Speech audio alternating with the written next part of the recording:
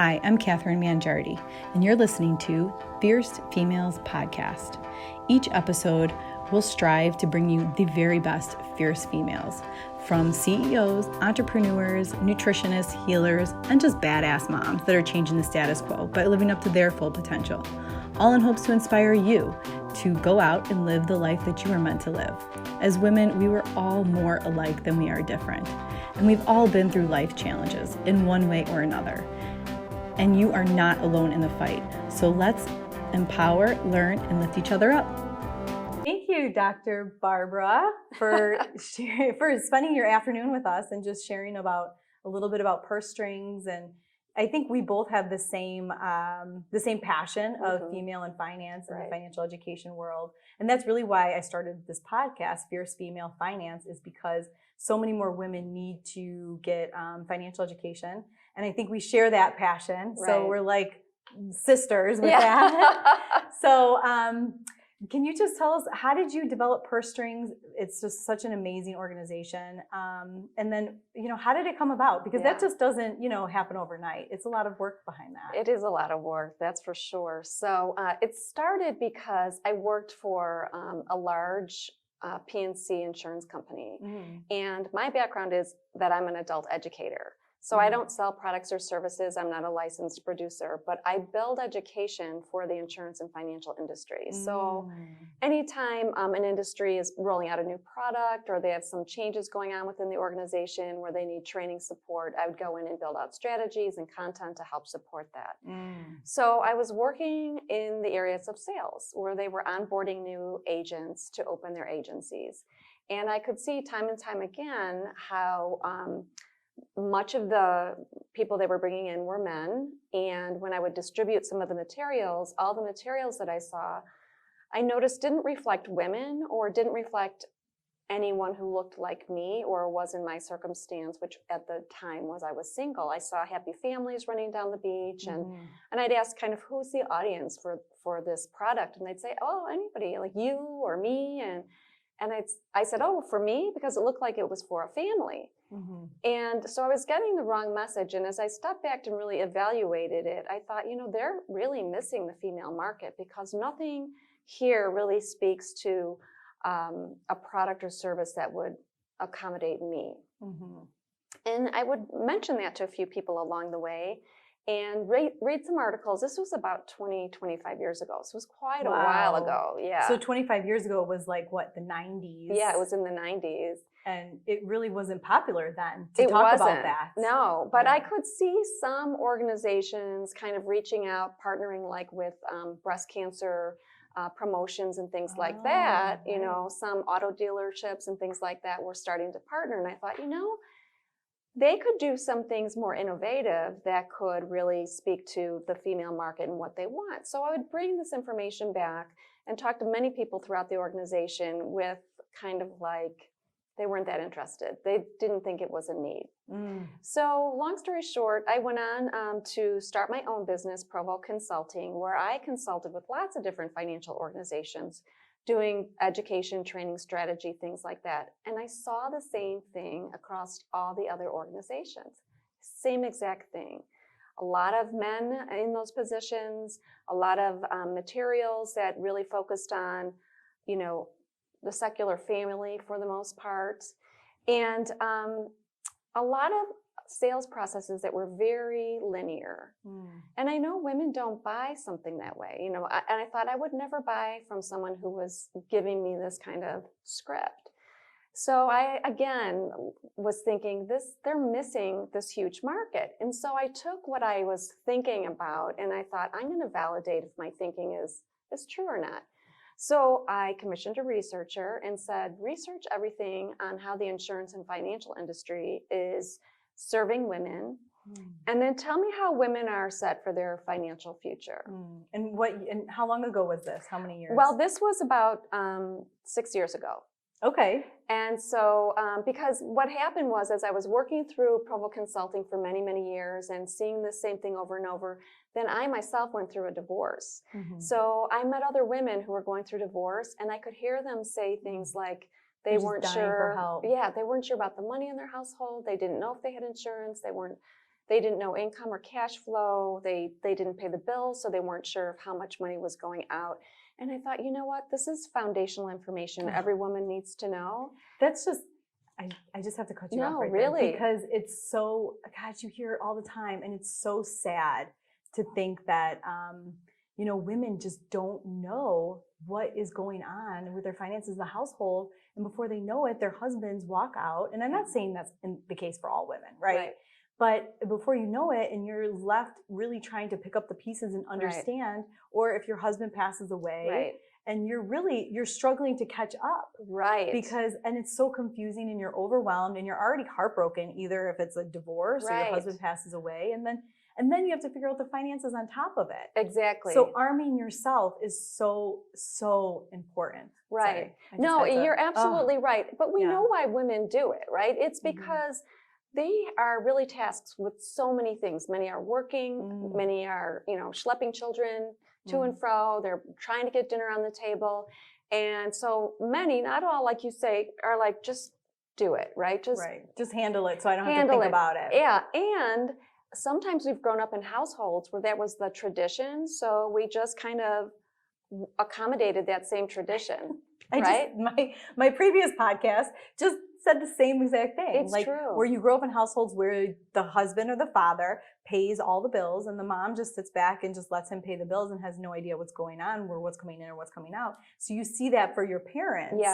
But now I feel like, me being like in the millennial generation, I feel like it's shifting, it's changing, where millennial women are, you know, like getting higher degrees, making more money, in management positions. And really the millennial generation was grown up to believe that they could do anything. And so the marketplace is, I feel like it is shifting. You would probably know more than me. It is shifting, So, well, what we've seen are the results of some of that behavior, right? The average age of a widow is 59. Wow. So 59. Yes. So that's young. And so women generally live till 84 is a statistic? So you're talking, how many years is that? Well, if they don't remarry, they're going to age alone, right? But think about it. Like you said, that's not the time to start making financial decisions, right? And every day I hear a story about somebody who's lost a husband to death, or they've walked out, or they've had marriage troubles, and when the children went off to college, they just addressed the fact that their marriage wasn't working for whatever reason. But money is a huge issue at that point, right? Because women lose out in divorce because they don't often, you know, what happens? We leave the workforce to raise children so often. Where do we get all of our benefits? Where do we get our 401k contributions, our health insurance, our, you know, pensions if we do have one? All of that is through our work efforts. But if we're not working and we're raising children, we're not getting those benefits. So we're already behind. And then if we do want to go back into the workforce, oftentimes we need to be re-skilled, right? So we might need to take some training or some courses or things like that. So we're always a little bit behind, besides which we don't make dollar for dollar still. So when it comes to the point where there's some kind of crisis that happens, then you're kind of up for grabs, especially if you don't understand where you've been financially. And I get why women do that. There's lots of reasons. Some are good, some are just because we don't want to deal with it. But the reality is it doesn't have to be difficult. If you have the right resources and people to help you out, you're connecting with the right people. And that's why I created Purse Strings. So what we did at Purse Strings is we create free online tools and resources that help women make smart financial decisions for themselves and their families.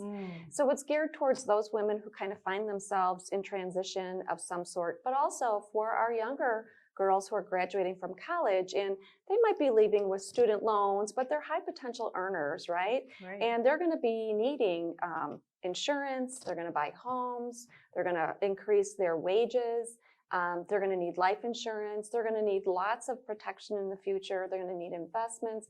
So while some people may look at them as not really the best customer, they will be ultimately one of your top customers if you start with them at that age when they're leaving college. So it's geared towards really different age generations because we have different decisions to make along the continuum. But what we also do at Purse Strings, and this is really important, is we educate the insurance and financial industry professionals on what they need to do to both reach women, engage with them, and really work to earn their hard-earned dollar. Right. And the reason for that is because women are a $22 trillion underserved market, Right. and growing. Mm-hmm. As you well know, they're going to also come into the largest wealth transference of money. So that's already here. Yeah, it's starting already. And it's going to get, they're going to get more and more assets. Yeah, assets. So they're going to have great wealth. But you know the statistics too, that 70% of women will leave their financial advisor if their husband dies. Right. And so why do you think that is? Because they don't trust. Well, I think there's a lot to it, but for one thing, they might not trust them. Right. Because a lot of times they also go to a female financial advisor because they're more comfortable. You know, I mean, don't we all, ladies, we look for female dentists, female doctors. I mean, you have female gynecologists. Yeah. You know, you look for female accountants. So why would you not reach out to a female financial advisor? And there's nothing wrong with males, but sometimes you want to feel heard, and having a female financial advisor, you can really relate to them. Exactly. And you could feel heard, and they really understand you. And I feel like that's so important for women. Yes. And there was just an article in Fortune that said women are looking for female advisors. Yes. And it's sad because we are less than 20% of the financial services industry. Right. So the financial services industry is so far behind on training female financial advisors when they're so desperately in need right now. Well, and engaging them too to come into the marketplace. Right. So it's the reach. Where are these women? Where do you go to find the women to come in and take these positions? And how do you shape your culture and your workforce in a way that's different, that's going to accommodate women, right? Because women can't do the 7 o'clock in the morning meetings. They're getting children off to school, right? They need a flexible schedule. My tip is this: if you're going to hire a woman, give her 6 months of a food service, some kind of home chef or something like that that's delivered to her door. So she knows that at the end of the day, she's going to have meal prep right there for her, you know? Oh so they have to think outside the box. Childcare. Yeah, they have to think outside the box and say, how can we best support women who are going to be financial advisors and meet them where they are so they can provide for us and they can then provide for their family. It's a different way of looking at it. Yeah, that's so true. And honestly speaking, when you hire women, you will get more out of them too. Absolutely. I mean, women are generally, you would probably, what's the statistic on women and the way they work and their productivity? Well, referrals. So if you're working with a female client, so where do you go if you want to get a new hairstylist? Where do you go? Oh, you talk to your friends. Yeah, you talk to your friends. You ask your girlfriends. Go on Facebook. Oh my gosh, I love your hair. Where did you get it done? Exactly. Yeah. And so we build a web of network, and we ask each other. And if the service is no good, where do we go? We go to Facebook, social media, and we vent, right? Oh, but the worst experience. Right. Just today, I heard a woman say she was a financial advisor. She was on a phone call, and the gentleman facilitating it kept saying, okay, gentlemen, now we're going to do this. Okay, gentlemen, now we're going to do that. And she said 25% of them were women. Oh. So we need to be opening our eyes. Or guys. Yeah. And really acknowledging that we need to make some change of our own behavior and really acknowledge what's changed in terms of the workforce. So at Purse Strings, we do the reach, engage, and earn the female dollar. So where are the women? How do we engage with them? So what do women want? You know, and we give great examples of, you know, if you walk into a female-owned spa, right? You know when you're in there, it's beautiful lighting, it's great, you know, pillows, you know what's engaged, scents, it's smell, you know, not that you have to turn your business into a spa, but what are you doing to accommodate women in your place of business, right? Are you handing them coffee in a solo cup that's, you know, made of styrofoam that's not even recyclable anymore? You know, women would be like, oh, I'm not even going to drink out of this. I can't even believe you handed me a non-recyclable cup. Because the other thing is we're really into mission, right? We buy things with mission. It's so true. It's true. So for my office, I got a Keurig machine. I got like these nice cookies, and then I got nuts and all these things. And all the guys are like, what are you doing all this for? I'm like, what are you talking about? This is my office. When my clients come in, I give them coffee in a glass cup and candy and cookies because they're probably exhausted. Yes. and they need coffee because they can't focus. And half the time, I just email a lot of things to these women because they don't have time. Exactly. Right? So They it's how don't- are you meeting them where they are? Yeah. Instead of you saying you have to do this, how are you meeting them where they are? And let me also tell you about my experience with the World Bank. Oh, right. Yeah. Yes. So while I was building out purse strings, I got a call from a lovely woman at the World Bank and said, we found you on the web, apparently Provo Consulting, and said, we're looking for an educator who can help us build education that teaches advisors, financial advisors, on how to serve women. Wow. Isn't that crazy? And it's crazy to think that, of course, you are highly skilled to do that, but it's so crazy that they just don't have those resources available. Right. Well, she said she was even on the other side of the world trying to look for somebody to do that with their team. So it was interesting because that was when I was building out the purse strings model. So I was already doing this. Right. It was crazy. So I said, absolutely, went to Washington and consulted with them and helped them build out the training that they used in Nigeria and India. And they've since used it in the Philippines and Cameroon and one other place I can never remember. But the results in Nigeria were that their client increased their portfolio 52%. That's unbelievable. Isn't that crazy? That is like a world of difference. Not even if a company grows by 10% in a year, it's huge. But 52%. So what did you do? You just went to the World Bank and taught them how to educate the Nigerian women so they could save more money? So we partnered. They had a client that in Nigeria, a financial company, and they did a lot of their research about Nigeria. So for every country, they had their research, and they knew what they wanted to focus on. It was a lot of young millennial women. It was a lot of young entrepreneurs that were starting their own business. So maybe someone who made fabric and they had a loom, right? And that's what they could do. But how could they go in and help this woman? So it's not like we're going to go, people might say, we can't make money off somebody who's so poor that she just looms, right? But how can you help support this woman who's got this fantastic talent and skill and can make this wonderful fabric for someone else that she can sell? How can we help build out her business and teach her how to be a good business person? And then that's amazing. Has to, at some point get insurance for her business, right? And when you invest in women, I don't care what part of the world you're in, they're going to invest in what?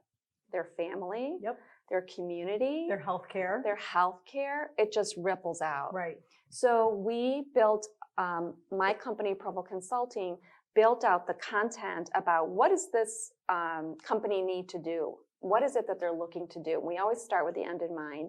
And then what are the behaviors and skills and the processes and procedures that they need to do to get them to that end?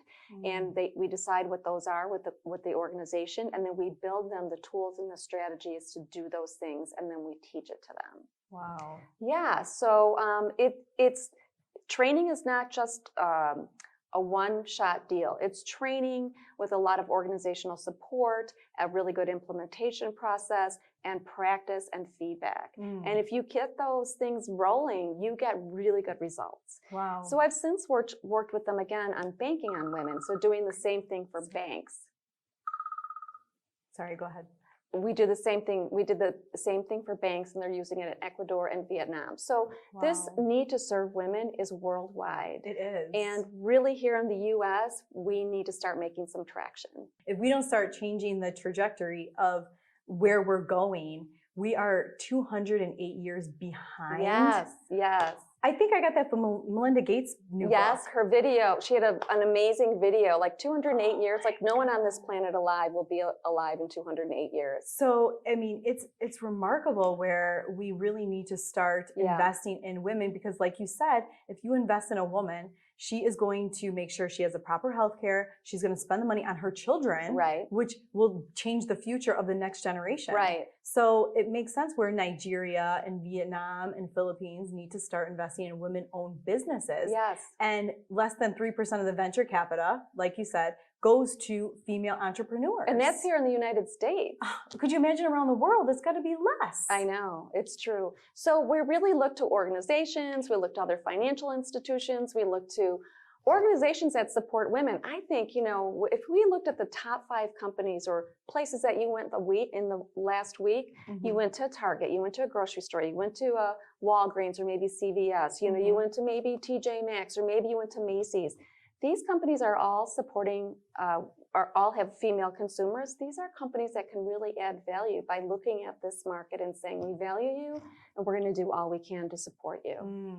Yes, that's so remarkable. That is. Well, I mean, if you just look at the statistics before we wrap up here, the statistics about women and money in retirement, most women believe that they won't even never be able to retire. They've actually given up on their retirement dreams. And I think that's just so sad, where women really just sit back and they're just like, I'm never going to retire, because you don't ever want to see a woman bagging groceries at Target and they're in their 70s and 80s.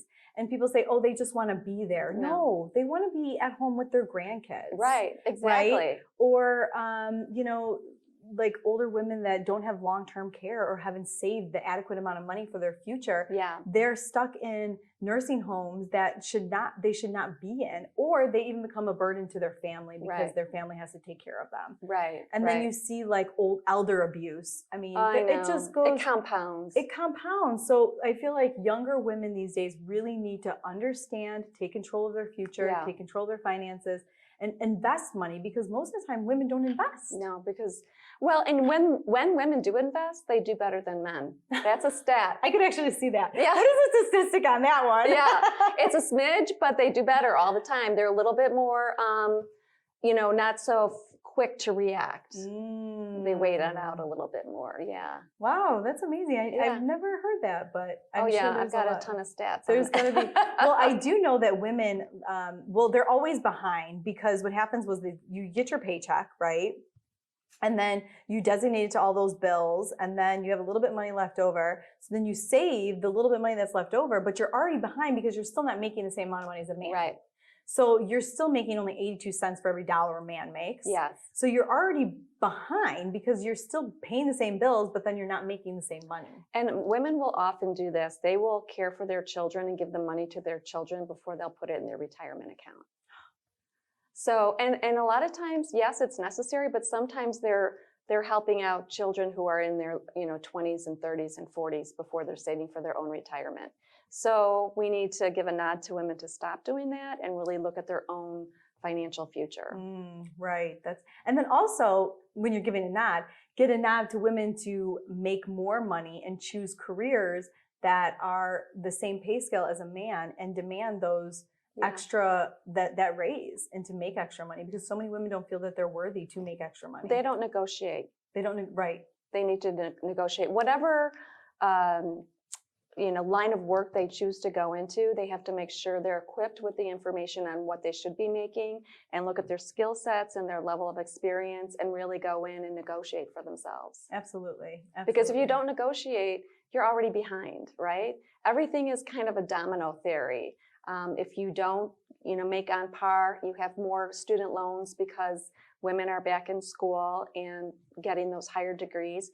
But if they don't make as much money, men are paying off those loans faster than women because women don't have as much money to put towards those loans. Right. So it just becomes compounding. And what's the statistic on the women in student loans? You probably know this. How much do they have in student loan debt on average? I don't. Or in the country? Yeah, I think on average it was like $35,000 on average. Although I've heard, I know people have more than that, a lot more than that. Right. But they carry a great amount, the most student debt than men. That's what I've heard, is that, I don't know where I heard this statistic, I wish I would have remembered, but women have more student debt than men now because they're getting higher education. Yeah, women are getting more education because, years ago when we'd go to the doctors were all men, but now we're seeing more women in a lot of those once dominated by men positions, right? Even with financial services, we're trying to get more women into it. And so they are going to school to get that education to become doctors and attorneys and dentists and all of that. So we're seeing more women in those positions. So to wrap it up, what is your couple pieces of advice you'd give to women and savings and like the future? Yes. So take advantage of resources. There's so many out there, and there's so many great apps too that are out there. There's many that will help you track your finances. have a plan. Like I always say, budget is, kind of a dirty word. People don't want to have to budget, but be financially conscious of where your money's going, A spending plan. I learned that. Yeah, spending plan. Have a spending plan. Yeah, exactly. And, you always need a little nest egg in case something goes wrong, you lose your job or something like that. But start learning a little bit about investments. There's so much online. You can go to pursestrings.co is what I would always recommend first. But there's a ton of different places out there that you can go and get information. And find a good financial professional. Don't go to the first one you meet, but interview them and make sure that you're on target with similar thinking, that they're going to, keep you on task, but that they understand your life and your world. And find a partner to help you make really good financial decisions along the way in terms of a great financial provider or specialist. Yeah, awesome. Yeah. Well, thank you. Yeah, this has been great. Yeah, it's great to get the word out. For all of your knowledge, I mean, just to wrap that up in 30 minutes is really hard to do. But I think that if you guys want more information, pursestrings.co. Pursestrings.co. Yeah. And thank you, Dr. Barbara. Thank you for having me. It's been great. Thanks for tuning in to another episode of Fierce Females. If you have any questions or would like to submit a response, please email us at admin.fiercefemale.info. Again, that's admin.fiercefemale.info. Thanks.